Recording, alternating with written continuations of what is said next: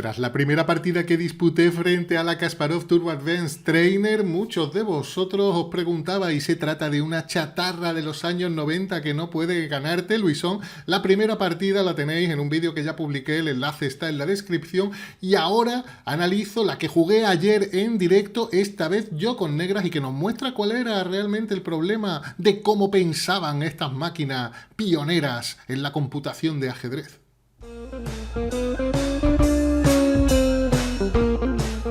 Bienvenido, amigo Luisón, a un nuevo vídeo de este bello juego llamado Excendrace, donde vamos a ver la partida que jugué ayer en directo frente a la Kasparov Turbo Advanced Trainer, que me jugaba C4 de primer movimiento, la apertura inglesa. Yo le respondí con E5, llegando a una siciliana, digamos, con colores cambiados, y aquí decidí jugar caballo C6. A veces juego caballo F6 en estas posiciones, y luego intento C6 y D5, como si se tratara de una variante a la pin de la defensa siciliana, pero con los colores cambiados.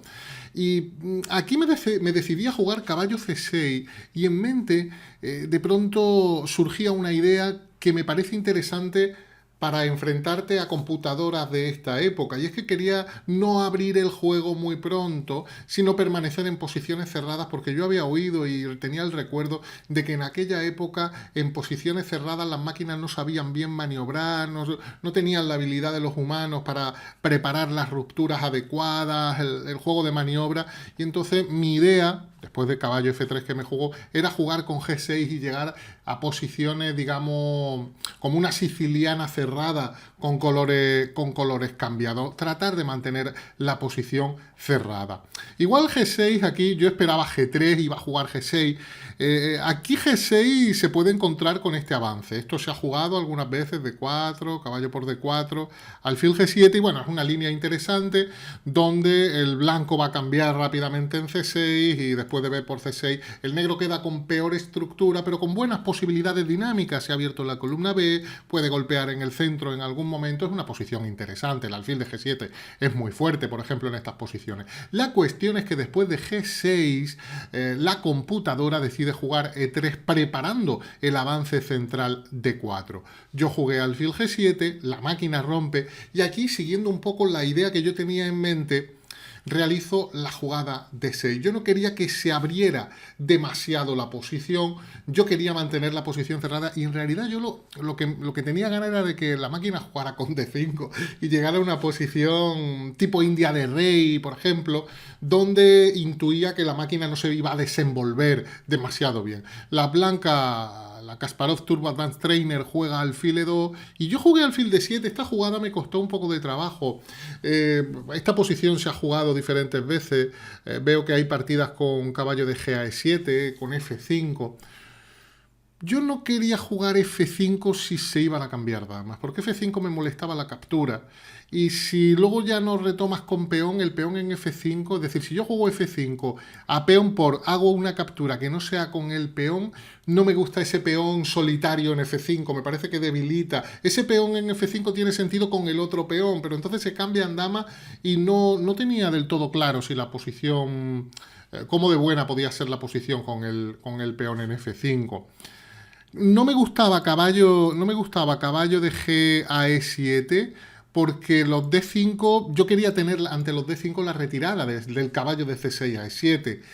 Y tampoco quería sacar muy pronto el caballo por F6, porque entonces limito y ya no puedo avanzar el peón de F. Total, que jugué alfil D7 para jugar F5 y poder, ante los cambios, retomar con el peón sin que se cambiaran las damas. Las blancas enrocan y aquí sigo mi plan, F5. El blanco hace D5.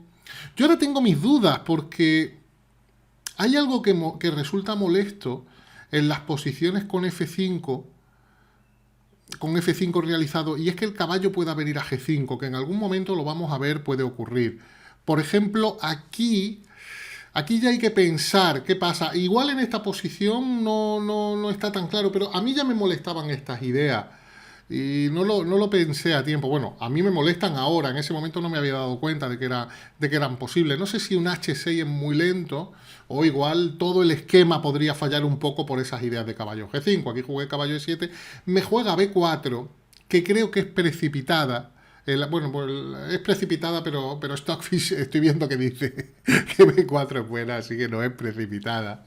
B4 tiene un inconveniente, que las negras tiene A5, pero claro, lo que ocurre es que en estas posiciones las blancas pueden jugar o bien con alfil A3, sosteniendo inmediatamente, o incluso capturar, jugar a 4 y luego preparar alfil A3 para tener ideas de C5, quizá alfil A3 y alfil B4, expulsando la torre. Y eso, todo esto son planes típicos en las posiciones cerradas de la India de rey, y en esta posición, aunque no sea estrictamente hablando una India de rey, sí que pueden considerarse. Pero este torre B1 que realiza ahora mismo la máquina es una jugada muy floja.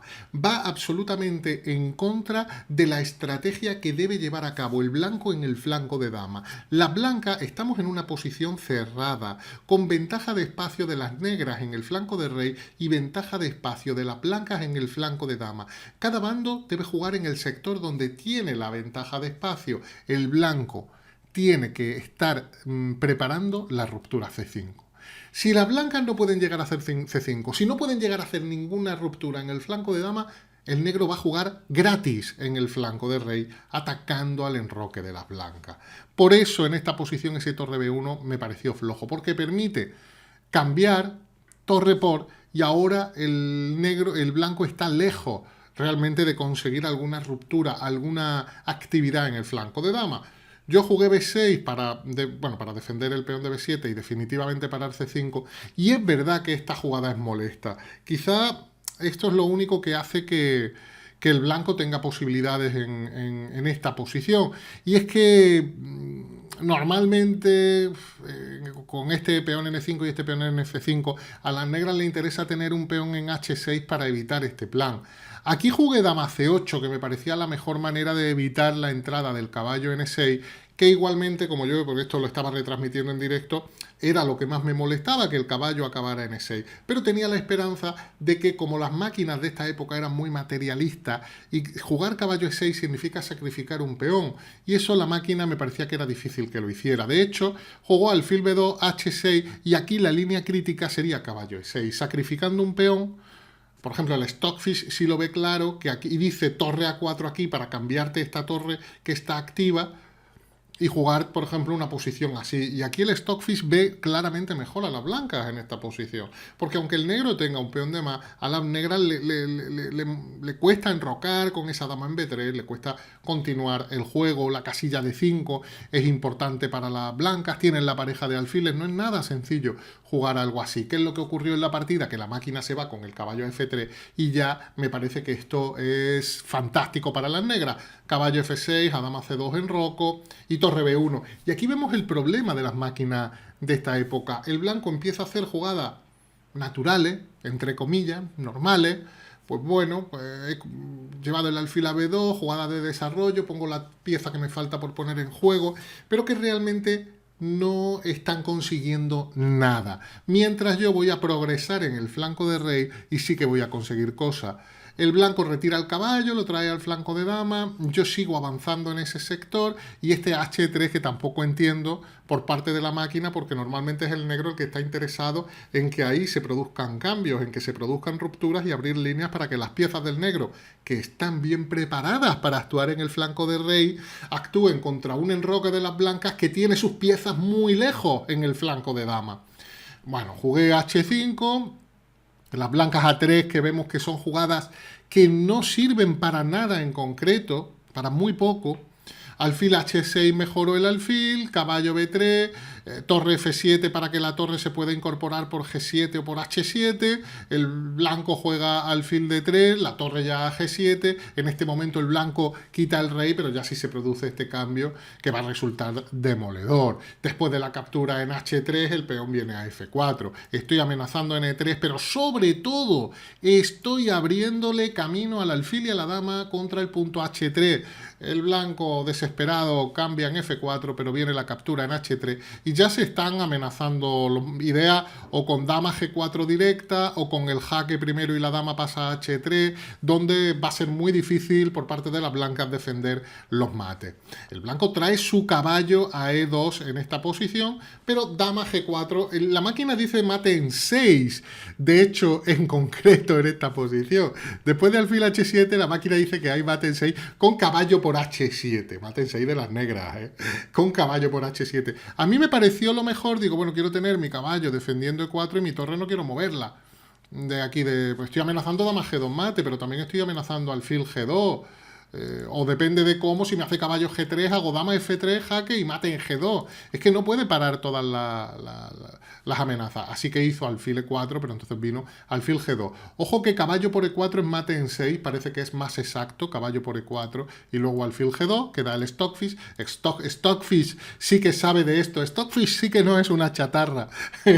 Pero alfil G2, rey G1, y después de alfil E4, caballo G3, alfil por C2, gano la dama.